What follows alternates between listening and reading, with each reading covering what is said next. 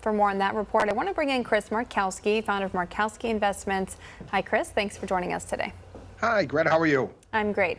A strong retail sales report today. Was that just a stimulus bump, or do you expect to see continued recovery? Unless you get another check, you're probably going to see another bit of a bump too when it comes to retail sales, without a doubt.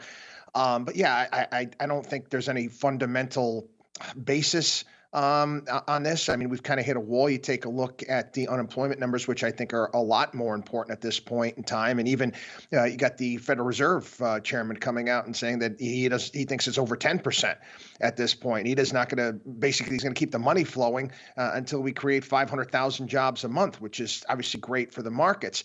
But, it's great for some retailers out there that they got some extra money coming in. But until we get this country fully opened up again, I expect this kind of a slow movement, slog moving forward. Today's report does come, of course, as Congress is working to pass another round of stimulus, which does include, as you mentioned, $1,400 checks. That would, of course, as we would expect, provide another temporary bump. How do we, though, fuel longer-term recovery at this point? It's as simple as just getting everybody back to work and opening up. I mean, it's been incremental. In New York, we were jumping up and down because they allowed restaurants to open up from 10 o'clock to 11 o'clock. And that's helpful. If you're someone that works in one of those restaurants, it's that much longer. You're going to be able to collect tips and make money, or the restaurant to be able to pull money in, sell more food, which trickles down to all of the businesses that provide to you.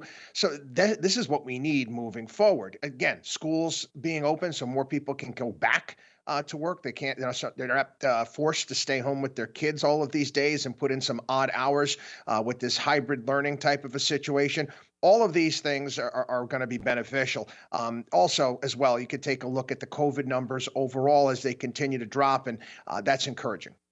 In addition to retail sales today, we also got some inflation data from the Labor Department showing it's starting to pick up. Producer Price Index rising in January at the fastest pace since the end of 2009. Fed has said it will allow higher inflation than normal, though, to prioritize job growth. How long, though, can inflation be ignored?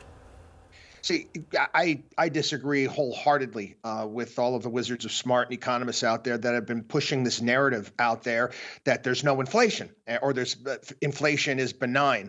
Anybody who pays any bills knows that that's just patently absurd. Home prices, for crying out loud, are at the levels we haven't seen since 2006, all-time highs. You take a look at your grocery bill. Across the board, we are paying more. Granted, okay, you can pick up a television for a very low price, or a laptop computer at Staples for a low price. But the things that we buy and we need and we use every single day, those prices continue to go up. I don't care what these economists are telling you.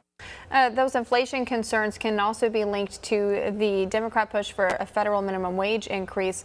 How does changing wages to $15 an hour across the entire United States impact things like inflation? But it's good. Well, it'll affect inflation to a degree to when businesses start deciding that you're going to automate things. And you're going to go to your grocery store, and you're not going to have the high school kid there that's learning his first job and bagging groceries or checking you out. So eventually these retail outlets that are going to stores that in restaurants that use minimum wage type workers, they're just going to automate things, and eventually I don't think it'll affect inflation to that great of a degree over the long term. Surging global debt surging more during the pandemic than it did during the financial crisis. The debt to GDP ratio around the world is now at 355%. Most of that is government debt. What are the long-term implications of governments racking up this debt instead of just allowing the economy to open? That's the multi-trillion-dollar question, Greta. Nobody knows. I've never seen anything like this. You've got junk bonds trading below 4%.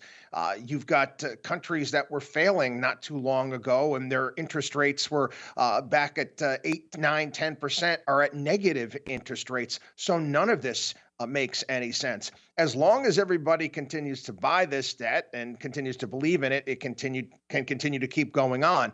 But at some point in time, one would assume that we're going to hit a wall. All right, Chris Markowski, founder of Markowski Investments, joining us to discuss the latest retail sales report and economic concerns amid the pandemic. Thanks for coming on the show today. Thanks, Greta.